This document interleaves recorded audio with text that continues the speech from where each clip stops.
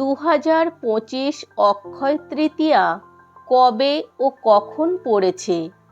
অক্ষয় তৃতীয়ার ব্রত কথা। বৈশাখীর শুক্লা তৃতীয়ায় পালিত হয় অক্ষয় তৃতীয়া। এবছর অক্ষয় তৃতীয়া পড়েছে আগামী 29শে এপ্রিল বিকেল 5:31। তৃতীয়া থাকবে 30শে এপ্রিল দুপুর 2:12 পর্যন্ত। উদয়া তিথি অনুসারে 30শে এপ্রিল পালিত হবে অক্ষয় তৃতীয়া। অক্ষয় তৃতীয়ার শুভ মুহূর্ত 30শে এপ্রিল 2025 বুধবার ভোর 5:41 থেকে বেলা 12:18 পর্যন্ত থাকবে। অক্ষয় তৃতীয়ার শুভ মুহূর্ত। এই সময়ের মধ্যে পুজো অর্চনা সেরে ফেলুন। মোট 6 ঘন্টা 37 মিনিট থাকছে অক্ষয় তৃতীয়ার শুভ সময়।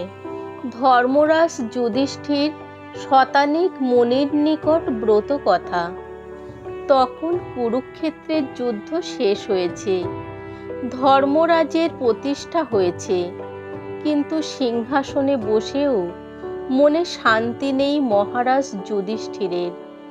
যুদ্ধে এত প্রাণ গিয়েছে, বিপুল অপচয় হয়েছে সহায় সম্পদের। স্বামী পুত্র স্বজনহারা মানুষের কান্নায় ধর্মরাজ কাতর হয়ে পড়েছেন। এই পাপের বোঝা কে বহন করবে? মহারাজ যুধিষ্ঠিরের মনের অস্থিরতা বুঝতে পেরে মহামুনি শতানিক তাকে শুনিয়েছিলেন সে কাহিনী। অনেক কাল আগে রাগী ও নিষ্ঠুর এক ব্রাহ্মণ ছিলেন। ব্রাহ্মণ হলে কি হবে? ধর্ম বিষয়ে তার কোনো আগ্রহ ছিল না। একবার এক দরিদ্র ব্রাহ্মণ ক্ষুধার জ্বালায় তার কাছে কিছু খেতে চাইলেন। কিছু দেয়া দূরে থাক, সেই নাস্তিক ব্রাহ্মণ ভিখারি বলে গালমন্দ করে গরিব ব্রাহ্মণকে দরজা থেকেই তাড়িয়ে দিলেন। খিদে তেষ্টায় কাতর সেই ব্রাহ্মণ অপমানিত হয়ে চলে যাচ্ছিলেন, কিন্তু সে সময়ে তার পথ রোধ করে দাঁড়ালেন ব্রাহ্মণী সুশীল। অতিথির কাছে ক্ষমা চেয়ে তিনি বললেন, ভর দুপুরে অতিথি রুষ্ট ও অপমানিত হয়ে ফিরে গেলে সংসারের অমঙ্গল হবে, গৃহের শান্তি সমৃদ্ধি আর থাকবে না। দরিদ্র ব্রাহ্মণকে তিনি বললেন, আপনি এখানেই অন্ন জল গ্রহণ করবেন, আপনার কোথাও যাওয়ার প্রয়োজন নেই।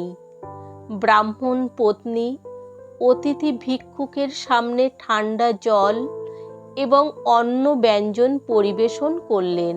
মধ্যাহ্ন ভোজন শেষে যাওয়ার আগে সন্তুষ্ট ব্রাহ্মণ সুশীলকে আশীর্বাদ করে বললেন, তোমার এই অন্ন জল দান হোক অক্ষয় দান।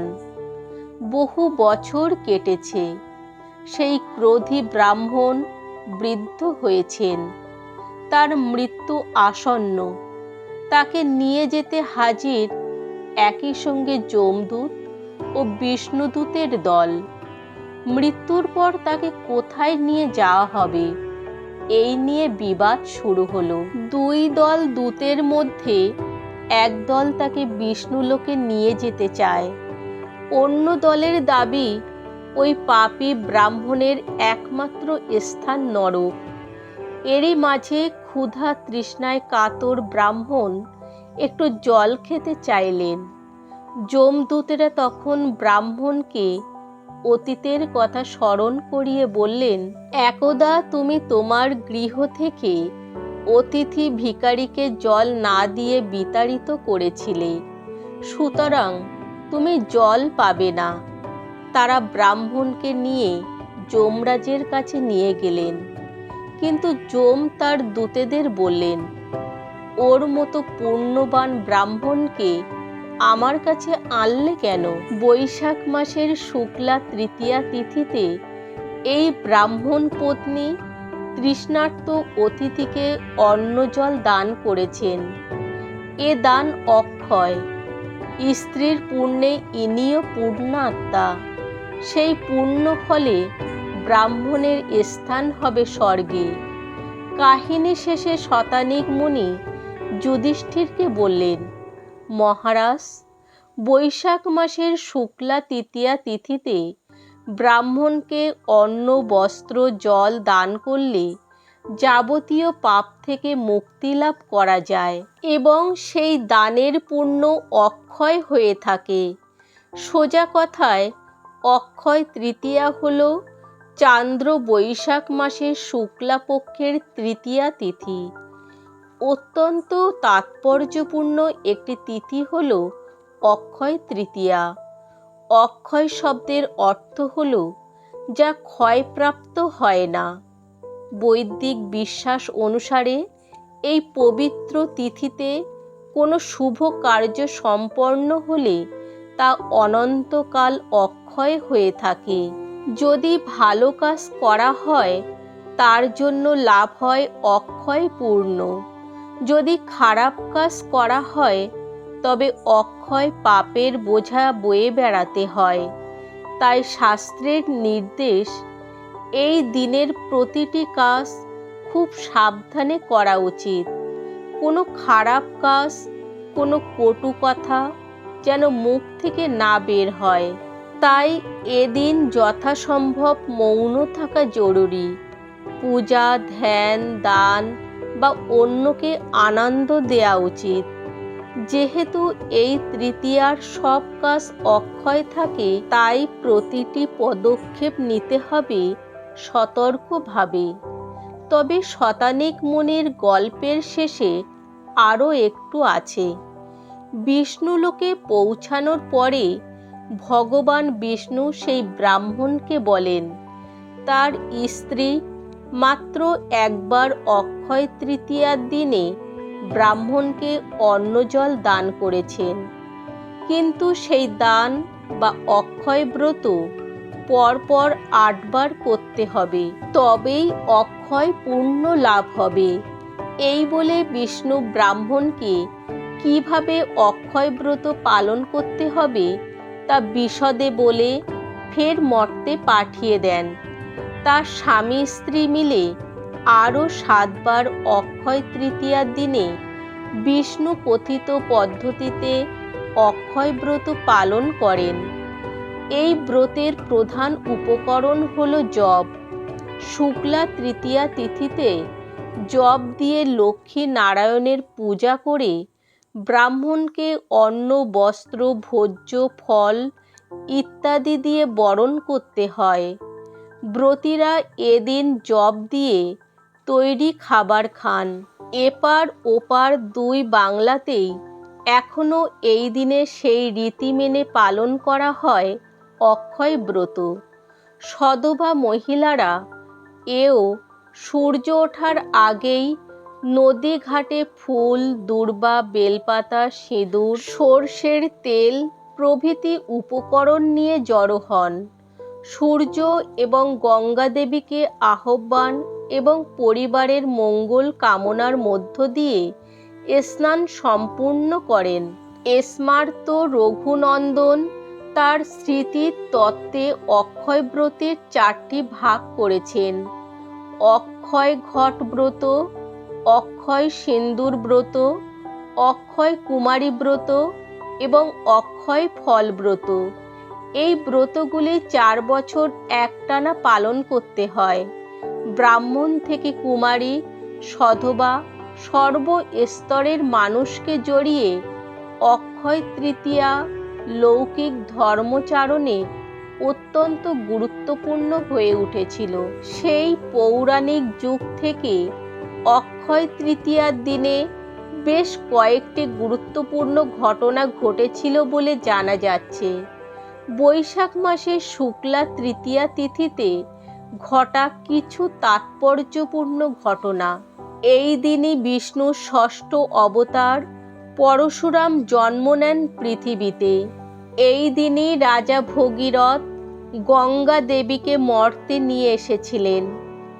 এই দিনই গণপতি গণেশ ব্যাসদেবের মুখর নিঃসৃত বাণী শুনে মহাভারত রচনা শুরু করেন। এই দিনই দেবী অন্নপূর্ণার আবির্ভাব ঘটে। এই দিনই সত্যযুগ শেষ হয়ে ত্রেতা যুগের সূচনা হয়। এই দিনই কুবেরের তপস্যায় তুষ্ট হয়ে মহাদেব তাকে অতুল ঐশ্বর্য প্রদান করেন। এই দিনই কুবেরের লক্ষ্মী লাভ হয়েছিল বলে এদিন বৈভব লক্ষ্মীর পূজা করা হয়। এই দিনই ভক্তরা সুদামা শ্রীকৃষ্ণের সাথে দ্বারকায় গিয়ে দেখা করেন এবং তার থেকে সামান্য চাল ভাজা নিয়ে শ্রীকৃষ্ণ তার সকল দুঃখ মোচন করেন। এই দিনই দুঃশাসন দ্রৌপদীর বস্ত্রহরণ করতে যান এবং সখী কৃষ্ণাকে রক্ষা করেন শ্রীকৃষ্ণ। শরণাগতের ত্রাণদাতা রূপে এদিন কৃষ্ণা দ্রৌপদীকে রক্ষা করেন। এদিন থেকেই পুরীধামে জগন্নাথ দেবের রথযাত্রা উপলক্ষে রথ নির্মাণ শুরু হয়। কেদার, বদ্রী, গঙ্গোত্রী, যমুনোত্রী যে মন্দির 6 মাস বন্ধ থাকে, এই দিনই তার দ্বার উদ্ঘাটন হয়। দ্বার খুললেই দেখা যায় সেই অক্ষয় দ্বীপ, যা 6 মাস আগে জ্বালিয়ে আসা হয়েছিল। এই দিনই সত্যযুগের শেষ হয়ে প্রতিকল্পে ত্রেতা যুগ শুরু হয়। ভগবান শ্রীকৃষ্ণের চন্দন যাত্রা শুরু হয় এই তিথিতে। অক্ষয় তৃতীয়ার দিন বাড়িতে সুখ সমৃদ্ধি বৃদ্ধি করা যায় সহজ কিছু উপায়ে। অক্ষয় তৃতীয়ার দিন সকালবেলা স্নান করে শুদ্ধ বস্ত্র পরে যথাসম্ভব কিছু দান করুন। এই দিন দান বা পূর্ণ করলে সংসারে অত্যন্ত মঙ্গল হয়। এই দিন সোনা, রূপো বা যে কোনো ধাতুর কোনো জিনিস গৃহে ক্রয় করা অত্যন্ত শুভ। অক্ষয় তৃতীয়ার দিন রাধা কৃষ্ণের চরণে চন্দনের ফোঁটা দিন। এই দিন বিবাহিত মহিলারা সাধ্যমতো কয়েকজনকে আলতা ও সিঁদুর দান করুন। অক্ষয় তৃতীয়ার দিন তামার ঘট, নারকেল, সুপারি ও চন্দন কাঠ দান করুন। এই দিন সামর্থ্য মতো কিছু জামা কাপড় দান করুন। এর ফলে অত্যন্ত শুভ ফল লাভ করা যায়।